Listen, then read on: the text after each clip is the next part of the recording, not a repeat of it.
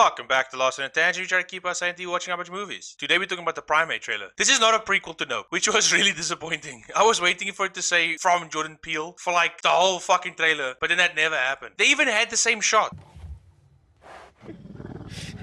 I don't really like horror movies, especially ones like this, where the concept seems intriguing, but they're more concerned about the deaths than the horror. Some horror movies will have like 3 too many characters just so that they can have 3 more kills. Like in this trailer, they randomly include a bunch of male characters purely just to have more bodies. But like I said, I don't enjoy horror movies, not because they make me scared, but because they spend too much time and effort trying to make me feel scared. Now I understand that a lot of people enjoy that part specifically, but it's just not for me. I do enjoy the occasional thriller. I like Saw and Smile and most of Hereditary. Ooh, and Scream 1 through 4. Scream 5 can eat my ass, and Scream 6 can die in a hole. A deep hole. That trailer fucking lied to me. Anyway, let's talk about this trailer. The idea of an animal going crazy and killing people is interesting, but this trailer had me asking more questions than I feel like I should have. Not questions that would make me want to watch the movie to find out, but questions like, why do you own a chimp? I understand your mom saved it, but who let you own a chimp? Also, why did you take the chimp with you to Hawaii, and where did this cage come from? Unless this is your house, you just have a house in Hawaii with a caged chimp, why didn't you warn your friends? That's like inviting your friends to a house when you have one of those dogs that need a chain instead of a leash because a normal leash just doesn't cut it. If this is your house, how do you not know that there's wild animals that can access your chimp's cage at night? And where did these guys come from? If you invited these friends and said, welcome to Hawaii when you arrived, we're in Hawaii, baby.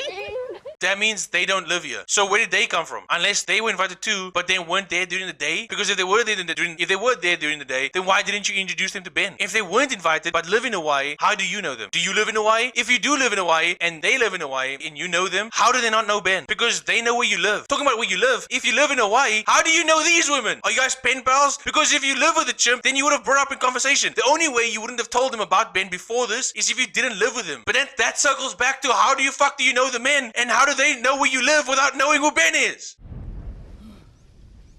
Anyway, I'm done. Fuck off.